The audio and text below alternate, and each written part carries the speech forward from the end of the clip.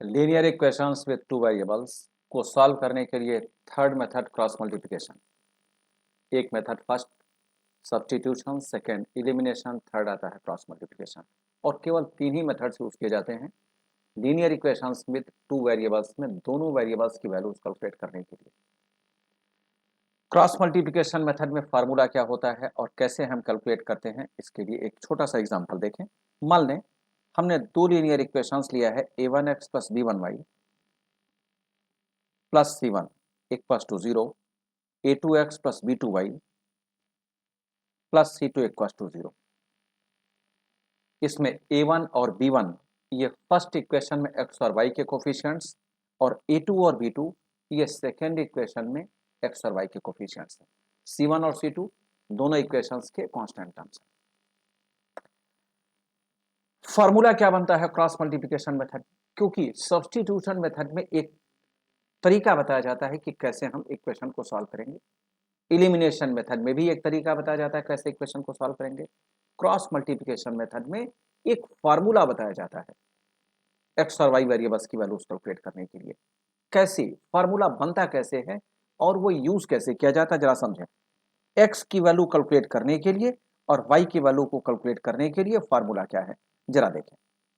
सबसे पहले x variable की वैल्यू अगर आप कैलकुलेट करना चाहते हो तो जो एक्स के आगे वाले दो हैं वाई वेरिएबल और कांस्टेंट टर्म, उनके कोफिशिएंट्स को आप निकाल लो।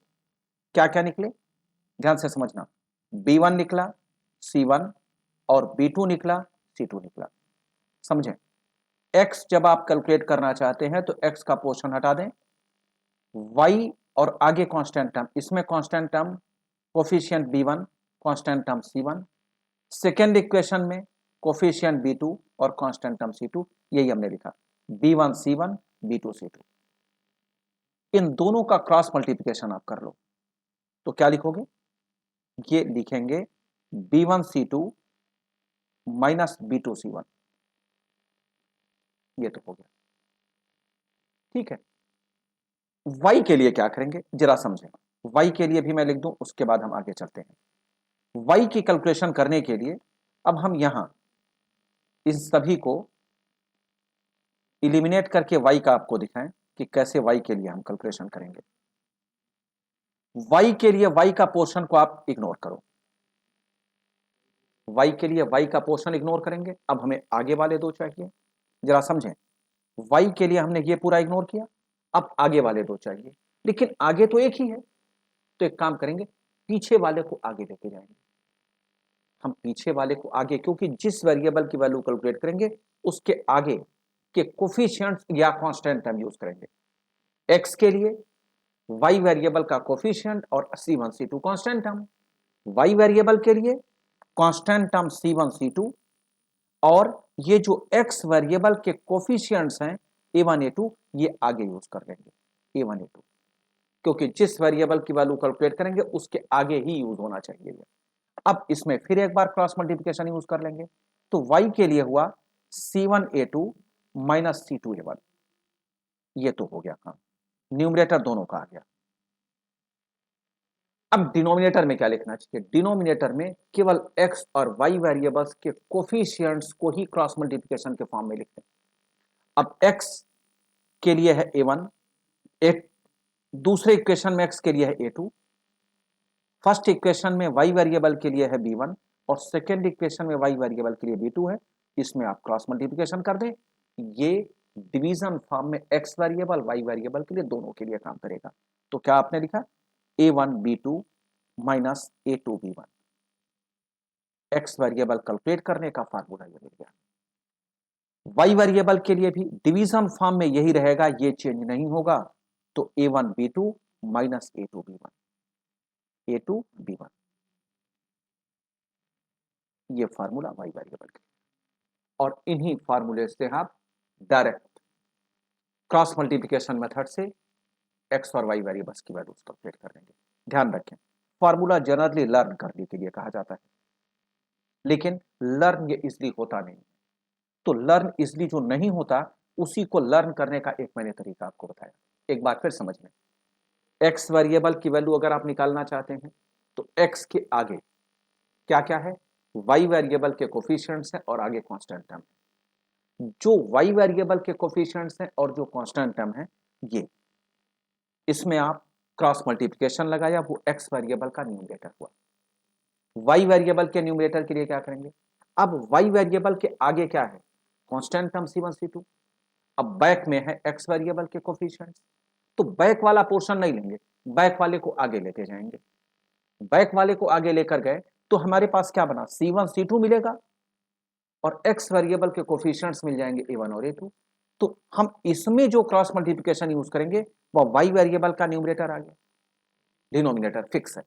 डिनोमिनेटर में क्या होता है, एक्स और वाई वेरिएबल्स के कोफिशिएंट्स को ही क्रॉस मल्टीप्लिकेशन में आप डिवीजन फॉर्म में लिख दें, meaning A1 B2 minus A2 B1, और इस तरह से आप एक्स और वाई वेरिएबल को कैलकुलेट करने का फार्मूला पा जाए। अब सबसे पहले जब भी आपको कोई क्वेश्चन मिले सॉल्व करने के लिए, तो आप उसमें चेक करने A1 B1 C1 A2 B2 C2 क्या है विद साइन, और उसी में एक्स और वाई कैलकुलेट करने का फार्मूला लगा। फॉर एग्जांपल मान ले एक कोई क्वेश्चन हमें दिया गया, solve the equations by cross multiplication method if the equations is in the form of x plus 3y equals to 5 and 4x minus 3y equals to 5। हमें यह समझ लेना चाहिए कि जो इक्वेशन का स्टैंडर्ड फॉर्म होता है वह होता है a1x plus b1y plus c1 equals to 0। RHS में 0 होना चाहिए। तो अगर RHS में कोई वैल्यू है तो आप पहले उसको लेफ्ट साइड में ले आए, साइन उसी के अकॉर्डिंगली मैनेज करके। जैसे अगर हम फर्स्ट इक्वेशन जिसमें a1 b1 c1 निकालते हैं तो a1 की वैल्यू हो जाएगी 1, b1 की वैल्यू आप लिख लेंगे 3 और c1 की वैल्यू लिखेंगे -5, क्योंकि इक्वल टू 5 दिया गया है, उसको हम LHS में ले आए। सेकेंड इक्वेशन से a2 b2 c2 निकलता है, a2 की वैल्यू 4, b2 की वैल्यू -3 और c2 की value 5। a1 b1 c1 a2 b2 c2 हम निकाल चुके हैं। तो x वेरिएबल की वैल्यू अगर हम कैलकुलेट करें, अब b1 c2 आप देखो, b1 3 है, c2 5 है, माइनस b2 की वैल्यू -3 है, विद साइन आपको यूज करना है, और c1 की वैल्यू -5 है। अच्छा एक ट्रिक देखें, इसमें c2 की वैल्यू भी -5 होगी, जरा देखें 4x minus 3y equal to 5 लिखा हुआ है, तो 5 को जब LHS में ले जाएंगे तो ये -5 होगा, तो b1 c2 में ये भी -5 ही रहेगा। अच्छा divided by a1 b2, a1 b2 की meaning 1 into -3 minus a1 b2 तो हो गया, minus a2 b1, a2 b1 में आपका होगा 4 इंटू 3, और जब आप सभी वैल्यूज पुट कर चुके हैं तो अब आप इसको सिंप्लीफाई करके देखें, -15 -3 इंटू -5 ये आएगा +15, और माइनस ऑलरेडी है तो ये माइनस ही रहेगा ऐसा ही, क्योंकि -3 और -15 सॉरी -3 और -5 ये ऑलरेडी बना देंगे 15 को प्लस साइन के साथ, वही हमने लिख दिया। यहां आपका हो जाएगा -3 -4 3 12, न्यूमरेटर -15 -15 ये आता है -30 डिवाइडेड बाई -3 -12 आता है -15, माइनस माइनस कैंसिल करने के बाद 30/15 ये आ जाएगा 2। और y वेरिएबल की वैल्यू अगर हम कैलकुलेट करें तो y वेरिएबल की वैल्यू c1, अब c1 चेक करें, -5 c1 a2, a2 के जगह पर आप लिख लेंगे 4 minus c2 a1, c2 a1, c2 के जगह पर -5 और a1 के जगह पर 1। वैल्यूज पुट करने में ध्यान से करें, गलती ना हो। डिनोमिनेटर सेम है a1 b2, तो इसकी meaning 1 into -3 a1 b2 minus a2 b1, a2 की वैल्यू 4 और b1 की वैल्यू 3। सिंप्लीफाई करेंगे तो -5 इंटू 4 -20, और माइनस -5 क्योंकि -5 इंटू 1 -5 ही रहेगा, माइनस माइनस प्लस हो जाएगा, और डिवाइडेड बाई ये हो जाएगा -3 -12, न्यूमरेटर हुआ -15, -20 + 5 -15 आता है, और डिवाइडेड बाई -3 -12 आएगा -15, माइनस माइनस कैंसिल करने के बाद आ जाएगा 1।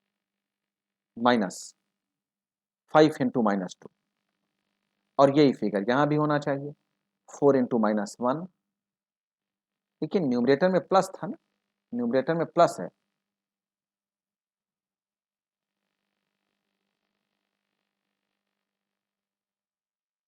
न्यूमरेटर में प्लस है, और ये चलिए न्यूमरेटर में प्लस है, यही रहने दें केवल, ठीक है। तो 4 इंटू,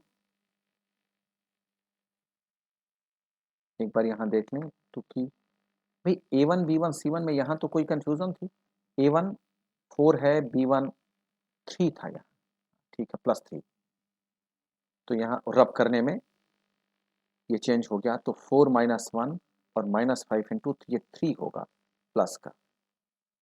हाँ, जब मैंने रब किया है तो ये सभी चेंज हो गए हैं, तो यह है, तो यही फिगर यहाँ भी लगा देंगे, 4 × -1 ABC यहाँ लिख दिया है मैंने, 4 × -1 -5 × 3, यही। मैं आपको बताना क्या चाह रहा हूं कि x के लिए न्यूमरेटर में y का कोफिशिएंट और कांस्टेंट टर्म वो यूज कर लें, और y के लिए कांस्टेंट टर्म और x का कोफिशिएंट यूज कर लें, x के कोफिशिएंट को कांस्टेंट टर्म के आगे ले जाकर, लेकिन आगे जब ले जाएंगे तो x के कोफिशिएंट का साइन चेंज नहीं होगा, वही रहेगा साइन, वह चेंज नहीं होगा उसी के अकॉर्डिंगली। और डिनोमिनेटर में क्या आएगा, x और y के कोफिशिएंट्स का क्रॉस मल्टीप्लिकेशन, वह आप यूज कर लेंगे, आंसर आ जाएगा। तो ये कितना हुआ, -12 -7 डिवाइडेड बाई -4, और ये हो जाएगा -5 × 3 = 15,